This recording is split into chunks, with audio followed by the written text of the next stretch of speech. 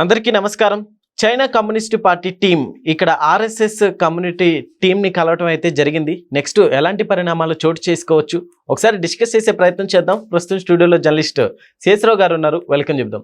Hello sir. Hello sir, ఇప్పుడు next ఎలాంటి పరిణామాలు చూడొచ్చు అంటారు? రాజకీయ వారు అంటే రెండు దేశాల మధ్య వారు కాదు, రాజకీయ వారు. సార్, దానికి కారణం ఏంటంటే చైనా కమ్యూనిస్ట్ పార్టీ దేశం, అది కమ్యూనిస్ట్ దేశం చైనా. ఆ కమ్యూనిస్ట్ పార్టీ ప్రతినిధి బృందం ఇండియాకి వచ్చింది. ఇండియాకి వచ్చి ఎవరిని కలిసింది? బీజేపీ అను ఆర్ఎస్ఎస్ నేతలను కలిసింది. ఓకే. సో ఇక్కడ quite contradiction. Right wing, left wing. లెఫ్టిస్టులు ఏమో కమ్యూనిస్టులు, రైటిస్టులు ఏమో బీజేపీ వాళ్ళు. సో కుడి ఎడమలు ఈ రెండు కలిసినాయి, కుడి ఎడమలు కలిసినాయి. ఎందుకు కలిసినాయి అనేది ఇప్పుడు పెద్ద చర్చ భారతదేశ వ్యాప్తంగా కూడా. ఇదే కాంగ్రెస్ పార్టీ వాళ్ళు కూడా ప్రశ్నిస్తున్నారు. చైనా కమ్యూనిస్ట్ బృందం వచ్చింది. అసలు ఆర్ఎస్ఎస్ సంబంధించినటువంటి నేత మోహన్ భగవత్ గారిని కానీ, లేదంటే దత్తాత్రేయ అనే ఆయన్ని కానీ, ఆర్ఎస్ఎస్ ప్రతినిధి అగ్రనేత ఆయన్ని కానీ, లేదంటే బీజేపీ నేతలను కానీ వీళ్ళని కలవటం ఏంటి అనేది ఒక పెద్ద చర్చ. ఇప్పుడు అలాగే వాళ్ళని కలిసిన తర్వాత మరుసటి రోజు వచ్చేసి కాంగ్రెస్ పార్టీకి సంబంధించినటువంటి విదేశాంగ శాఖ ప్రతినిధిని కలవడం జరిగింది. సల్మాన్ ఖుర్షీద్ని కూడా కలవడం జరిగింది. ఓకే. అయితే ఇక్కడ అసలు చైనా కమ్యూనిస్ట్ బృందం ఎందుకు వచ్చింది? ఆ కమ్యూనిస్ట్ బృందంలో ఎవరెవరు ఉన్నారు? చైనా రాయబారి ఉన్నాడు.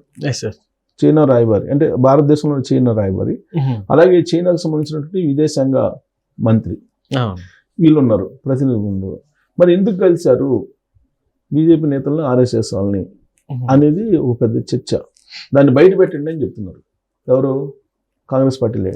రాహుల్ గాంధీ, అలాగే కాంగ్రెస్ పార్టీకి సంబంధించినటువంటి సుప్రియా అనే ఆవిడ, వీళ్ళందరూ అడుగుతున్నారు. ఎందుకు అడుగుతున్నారు అని అంటే, అసలు కమ్యూనిస్టు దేశం చైనా కమ్యూనిస్టు ప్రతినిధి బృందం వచ్చింది. వాళ్ళేమో అరుణాచల్ ప్రదేశ్లో కొంత భాగాన్ని ఆక్యుపై చేశారు, మ్యాపులు కూడా విడుదల చేసుకున్నారు. గాల్వాన్కి సంబంధించినటువంటి దాడి జరిగింది.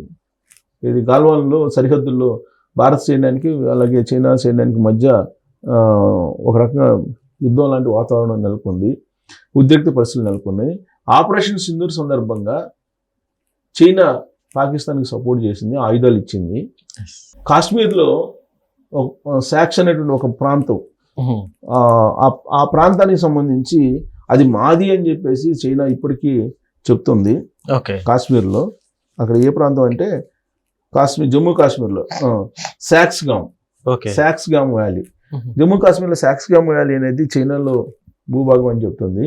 ఇన్ని వివాదాలు లేపుతున్నటువంటి చైనా, పాకిస్తాన్కి సపోర్ట్ చేస్తున్నటువంటి చైనాకు సంబంధించినటువంటి బృందాన్ని బీజేపీ ఆర్ఎస్ఎస్ వాళ్ళతోటి కలవటం ఏంటి, అసలు రహస్యం ఏంటి అని చెప్పేసి నిలదీస్తుంది. కాంగ్రెస్ పార్టీ నేతలు, కాంగ్రెస్ పార్టీ కూడా నిలదీస్తుంది.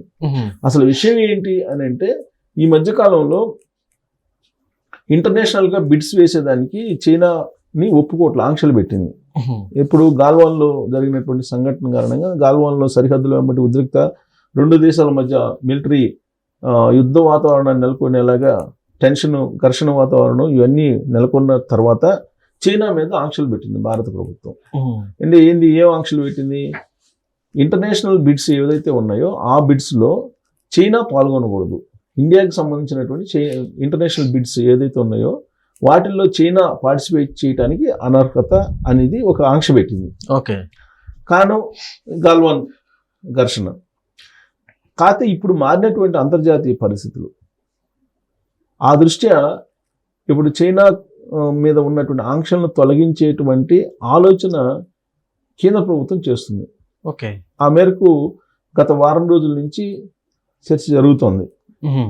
ఈ పార్లమెంటు సమావేశాలకు ముందే, బడ్జెట్ సమావేశాలకు ముందే చైనా మీద ఉన్నటువంటి ఆంక్షలను తొలగించాలి అనేటువంటి నిర్ణయం కేంద్ర ప్రభుత్వం తీసుకోబోతుంది అనేది గత వారం 10 రోజుల నుంచి విస్తృతంగా దేశవ్యాప్తంగా చర్చ జరుగుతుంది. ఇప్పుడు వీళ్ళు చైనా కమ్యూనిస్ట్ బృందం వచ్చి బీజేపీ ఆర్ఎస్ఎస్ నేతలతోటి కలవడం అని అంటే, ఆ ఆంక్షల్ని లిఫ్ట్ చేసేటువంటి క్రమంలోనే భేటీ అవుతున్నారు అని చెప్పి ఒక చర్చ అయితే మొదలైంది. అయితే విచిత్రంగా ఏంటంటే, ఒకవేళ వాళ్ళు ప్రతినిధి బృందం వచ్చినప్పటికీ కూడా వాళ్ళు ఎవరిని కలవాలి? ఈ ఆంక్షలకు సంబంధించి వాళ్ళు కలవాల్సింది ప్రభుత్వానికి సంబంధించిన ప్రతినిధుల్ని. కానీ వాళ్ళు కలిసింది ఎవరిని? బీజేపీ ప్రధాన కార్యాలయంలో పార్టీ ప్రధాన కార్యదర్శిగా ఉన్నటువంటి అరుణ్ సింగ్ని కలుసుకున్నారు. ఓకే, అలాగే ఆర్ఎస్ఎస్ నేతలతో కలిశారు. అలాగే బీజేపీ విదేశీ వ్యవహారాల విభాగం ఇన్ఛార్జి, బీజేపీ పార్టీ విదేశాంగ వ్యవహారం కాదు, కేంద్ర ప్రభుత్వంలో ఉండే విదేశాంగ శాఖ కాదు, బీజేపీ విదేశీ వ్యవహారాల విభాగం ఇన్ఛార్జి విజయ్ చౌతుల ఇతను చెప్పాడు కలిశారని వాళ్ళు. సో విదేశీ బృందాలు వాళ్ళు వచ్చేసి ఆర్ఎస్ఎస్ బీజేపీ వాళ్ళని కలవడం ఏంటి పార్టీ పరంగా? ఇప్పుడు అఫీషియల్గా ఒకవేళ దానికి సంబంధించిన ఆంక్షలు దాన్ని లిఫ్ట్ చేయాలనుకుంటే కనుక గవర్నమెంట్ తోటి వాళ్ళు కలవాలి. కానీ బీజేపీ నేతలతో కలవడం, ఆర్ఎస్ఎస్ నేతలతో కలవడం అనేది ఇంకా చర్చనీయాంశమైంది. ఓకే, అసలు ఆంతర్యం ఏంటి అని చెప్పి అడుగుతున్నారు ఇప్పుడు కాంగ్రెస్ పార్టీ వాళ్ళు. ఇప్పుడు ఒకవైపు ఏమో పాకిస్తాన్ సపోర్ట్ చేస్తుంది చైనా, ఇలాంటి చైనాకి సంబంధించిన బృందాన్ని వీళ్ళు ఆర్ఎస్ఎస్ వాళ్ళు కలవడం ఏంటి? సో నెక్స్ట్ ఏంటంటే రాజకీయపరమైనటువంటి ఆరోపణలు ప్రత్యారోపణలు చేసుకుంటారు. సరే, వాళ్ళు వచ్చిన ఆ బృందం వచ్చింది, ఆ బృందంలో ఎవరున్నారు? విదేశాంగ శాఖ మంత్రి ఉన్నారు, అలాగే చైనా రాయబారి ఉన్నారు, ఇతర ప్రతినిధులు ఉన్నారు. విదేశాంగ శాఖ మంత్రి ఉన్నారు అని అంటే బహుశా గత 10 రోజుల నుంచి జరుగుతున్నటువంటి చర్చ ఏదైతే ఉందో ఆంక్షల్ని లిఫ్ట్ చేసేటువంటి కార్యక్రమం జరుగుతుందని దానికోసం వచ్చి ఉంటారు. వచ్చి ప్రభుత్వంతో చర్చించాలి, కానీ బీజేపీ ఆర్ఎస్ఎస్ నేతలతో చర్చించారు. అంటే ఇక్కడ బీజేపీ ఆర్ఎస్ఎస్ అడుగుజాడలో నడుస్తుంది, కేంద్ర ప్రభుత్వం ఆర్ఎస్ఎస్ అడుగుజాడలో నడుస్తుంది అని కాంగ్రెస్ పార్టీ ఇప్పటి వరకు చేసినటువంటి కామెంట్స్ ఏదైతే ఉన్నాయో వాటికి బలం చేకూరేలా ఈ భేటీ కనిపిస్తుంది. పైగా ఇంకొక కోణం నుంచి చూస్తే చైనా కమ్యూనిస్ట్ దేశం, చైనా కాంగ్రెస్ పార్టీ సంబంధించినటువంటి కొంత సింపథైజర్. అసలు చైనా ఫండ్స్ కాంగ్రెస్ పార్టీకి వస్తున్నాయి అనేది బీజేపీ వాళ్ళు ఎలక్షన్ సందర్భంగా చేసినటువంటి కామెంట్స్.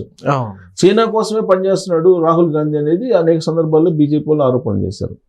పైగా 2024 లోక్సభ ఎన్నికల సందర్భంగా చైనా నుంచి ఫండ్స్ వచ్చిన భారీ ఎత్తున రాహుల్ గాంధీ ఖాతాలను కానీ కాంగ్రెస్ పార్టీ వాళ్ళకి సంబంధించిన ఖాతాలను కానీ ఎంక్వైరీ చేస్తే చైనా నుంచి వచ్చినటువంటి ఫండ్సే ఉంటాయి అని చెప్పి ఆరోపణలు చేశారు.